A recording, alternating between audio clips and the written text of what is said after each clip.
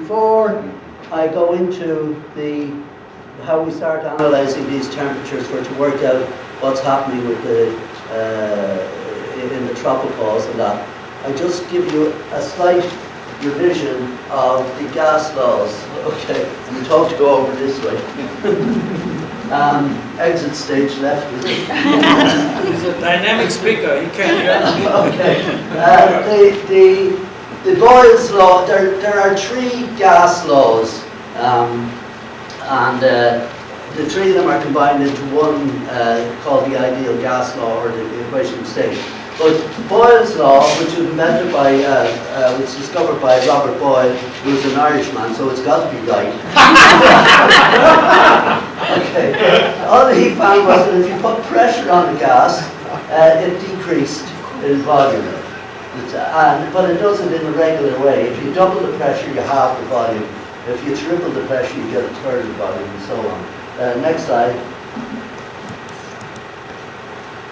The next slide was by Charles, who was a Frenchman. He was the very first man to man a balloon. So this was the very first balloon. Like, it's interesting, when they went up in it, they went across. It started going. It traveled about 35 miles.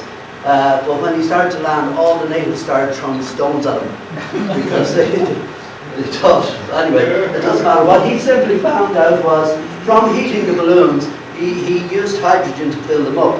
But what he found was that as he filled them up, he was making the hydrogen hot. And as it cooled down, the balloon shrank.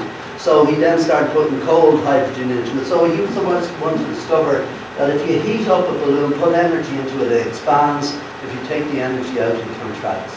And the next slide is, this is a bit of a surprise for law. Charles was French and Avogadro was Italian. But his law simply said that if you had an equal volume of two different types of gases, it didn't matter what the type of the gas was, whether one was hydrogen, which is a light gas, or whether it was carbon dioxide, which is a heavier gas. It didn't matter. The volume really depended on the number of molecules, not the type of molecule.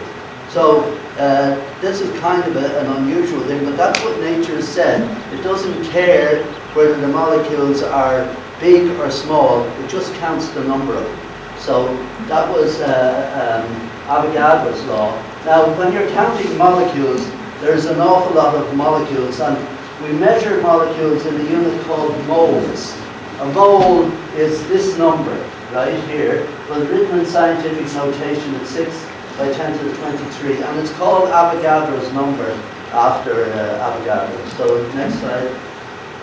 If we combine all of these laws together, then what we end up with is what we call the ideal gas law. This is also known as the thermodynamic equation of state.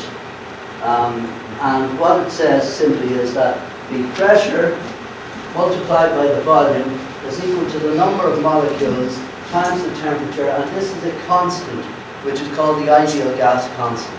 It's the same, it's a specific number, it's 8.3127 something. So now, the ideal gas law, like this here, can be rearranged, just simple maths. And so you can say, if you want to rearrange it in this way, you get N, which is the number of moles in a cubic meter, divided by the volume, is equal to that. So this turns out to be molar density, the number of moles per unit volume.